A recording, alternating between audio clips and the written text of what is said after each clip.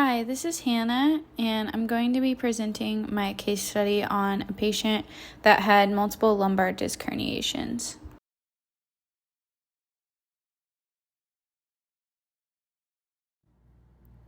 For this clinical, I was working at a Concentra, and we worked with workers' compensation patients. So just an introduction, the majority or about 2/3 of adults will experience back pain at some time in their lives. So we know that that's really prevalent. And then approximately 1/4 of workers' compensation claims in the United States are for back pain. And then, of course, patients who have occupations that require repetitive or heavy lifting, pulling, pushing, or twisting are more susceptible to injuries that cause disc herniations. So this is something that we saw a lot at Concentra. So I know this is a condition that a lot of us may know a lot about. So just a little bit of a review here. We know that intervertebral discs is made up of the nucleus propulsus and the annulus fibrosus, and those can become displaced beyond the normal margins of the disc space. And the most common type of disc herniation is in the posterior lateral part of the disc. These can be symptomatic or asymptomatic. The diagnosis is going to be confirmed with an MRI. And then it will also commonly involve radiculopathy into the lower extremities. Some risk factors for disc herniation, things that we want to be aware of. Men are 2 times more likely to have it than women. It most commonly occurs between the ages of 35 and 50. As I mentioned earlier, jobs that require physical labor or heavy lifting, strenuous exercise in sports is a risk factor. Cigarette smoking, any type of traumatic injury such as a fall or a motor vehicle accident, obesity, poor posture, and family history. The discs are made up of cartilage, and of course they're located in between the spinal vertebrae. They provide cushion and absorb shock within the spine, and the outer portion is called the annulus fibrosus, and the inner portion is called the nucleus propulsus. So an overview of how this occurs. In younger individuals, the discs are soft and flexible, and then with age, the discs become less flexible and they're more susceptible to stress. So with increased stress on the spine, it can cause the annulus fibrosus to tear and the nucleus propulsus to leak or bulge through, and that's how we get the herniated disc. We know that the bulging or leaking can become more severe, and it can be severe enough to compress a nearby nerve and cause symptoms of pressure, weakness, numbness, and tingling in the back, legs, and feet. And we know that something that can cause this increased stress is a traumatic event such as a fall or a motor vehicle accident. I thought it was important here to talk about the difference between conservative and surgical management. So more than half of patients with disc herniations will experience some relief of symptoms within 2 months, and they will not require surgical interventions. So conservative management typically includes prescription pain medication, therapeutic exercise, and modalities for pain relief. And then in a study I found in patients with disc herniations who did not undergo surgery, pain decreased approximately 87% within 3 months. And then in another study I found that did an MRI assessment of patients treated conservatively, found that 63 of those patients had more than a 30% reduction in the actual disc herniation after a few months of treatment. Discectomy is the surgery that's typically used to correct disc herniation, and it's the removal of the portion of the disc that's compressing the nerve. So it may be required for patients with severe or progressive neurological involvement or patients that don't experience relief of symptoms within 2 months. It's also indicated for individuals who experience recurrent disc herniations, and a study comparing conservative management to the surgical treatment of the disc herniations found that patients who had the surgery experienced faster relief of back pain symptoms, but the surgery was not found to be more beneficial than conservative treatments at the midterm and long-term follow-ups. One of the important treatment methods of disc herniation is the McKenzie method, which I know that some of us know a lot about. The McKenzie method is a program of repeated, sustained extension or flexion exercises designed to decrease symptoms of low back pain and centralization. what I learned about this is that it can be the extension or flexion exercises based on the patient's preference of what feels better to them, but most patients prefer the extension position. So that's more often how we think of it. And this program also includes patient education about posture modifications and decreasing load on the lumbar spine, which we know patient education is really important. And the McKinsey method has been proven effective in not only reducing pain symptoms, but also significantly reducing the size of the disc herniation. And down there is a little picture of the prone press-up exercise as part of the McKinsey method. My patient is a 55-year-old male. He fell on his back at work when he tripped over the wheel of a cart, and he was taken to the emergency room in an ambulance. He presented to Concentra 2 days after his injury, and then he presented in for therapy about a week later. His main complaint is just pain in the middle and lower back. Some aggravating factors are walking downhill in any prolonged position. The alleviating factors are medication, heat, and then lying on his stomach.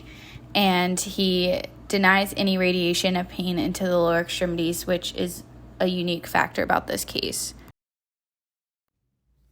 A little bit about his activities and participation here. His occupation is a chef, so his primary job functions are lifting and carrying boxes of supplies up to 50 pounds, pushing and pulling carts of equipment, preparing meals, and prolonged standing. And his prior level of function was very active, including he did some weightlifting and some recreational soccer. Here are some of his psychosocial factors that are affecting him. Things like frustration about not being able to go back to work and the workers' compensation process. He's worried about the severity of his condition and what's going on with him there. He's frustrated that the pain is keeping him from his previously active lifestyle, recreational activities. He also reported that he's felt very depressed, especially about not having the medication and being in a lot of pain because he doesn't have any more refills of the medication. And then he is just having worsened sleep because the pain's waking him up at night, and a bunch of different factors here. So this is kind of tricky because since it's a workers' compensation situation, we do have limited number of visits that we can see him.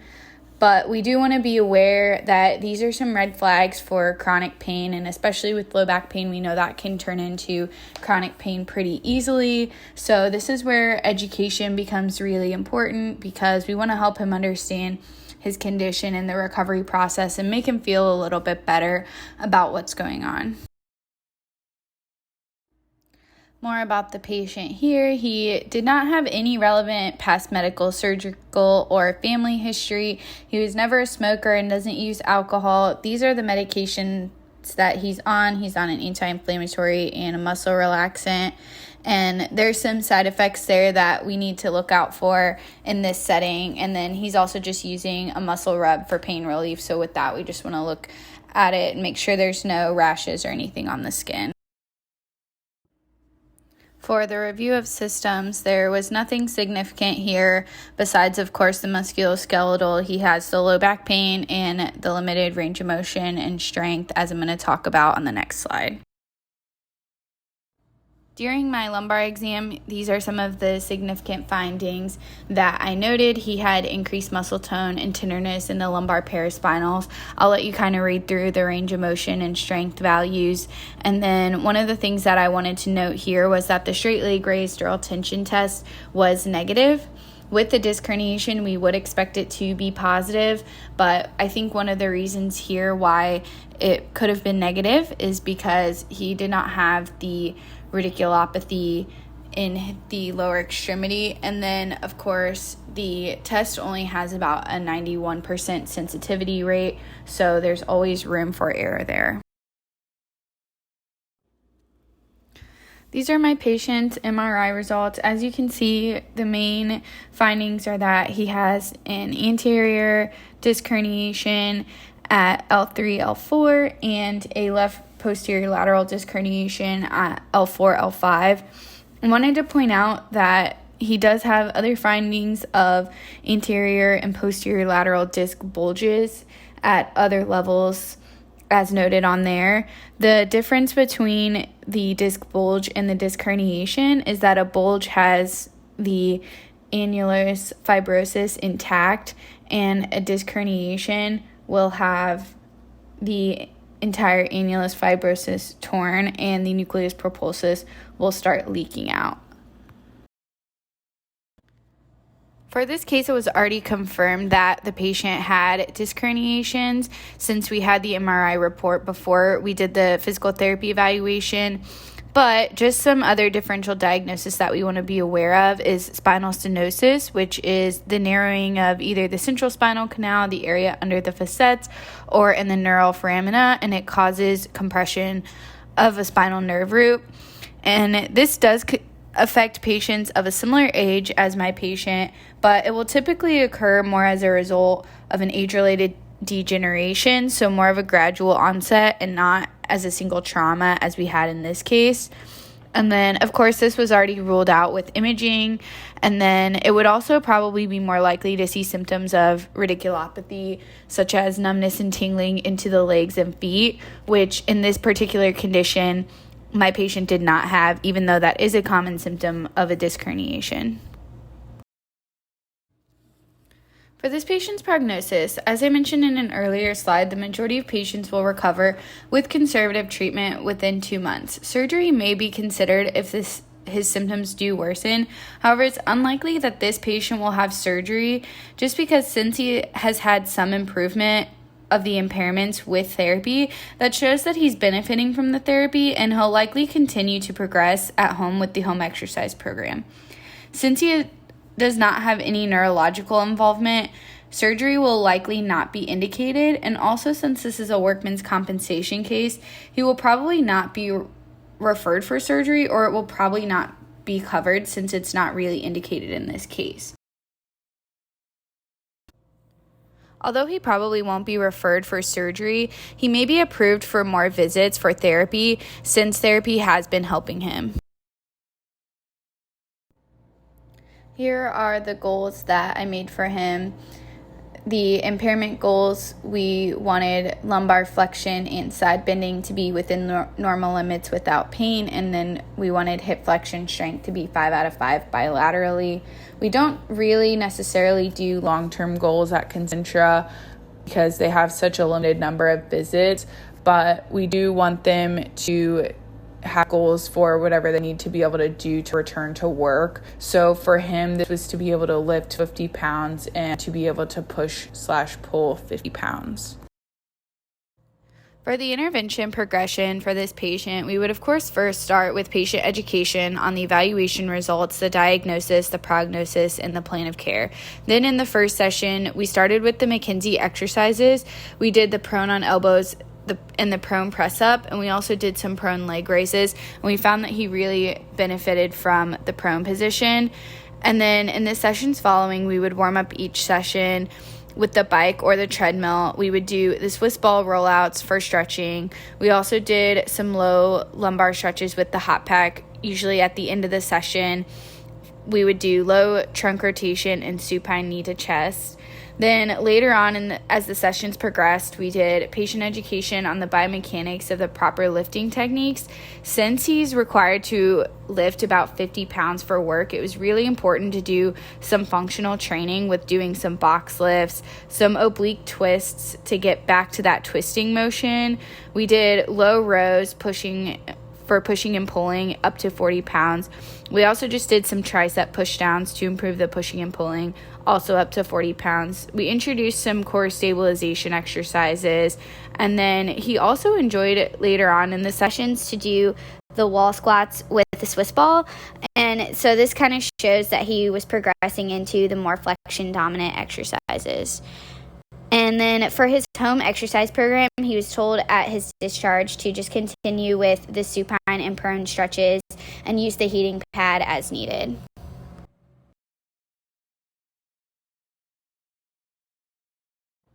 Here's a visual representation of the progress that my patient made towards each one of his goals. As you can see, he made really good progress overall. We did stop progressing with the lifting goal after a few sessions because he was having increased pain with that. And then he did still have some pain with lumbar flexion and side bending range of motion, but overall he progressed pretty well. And here you can see all of my references.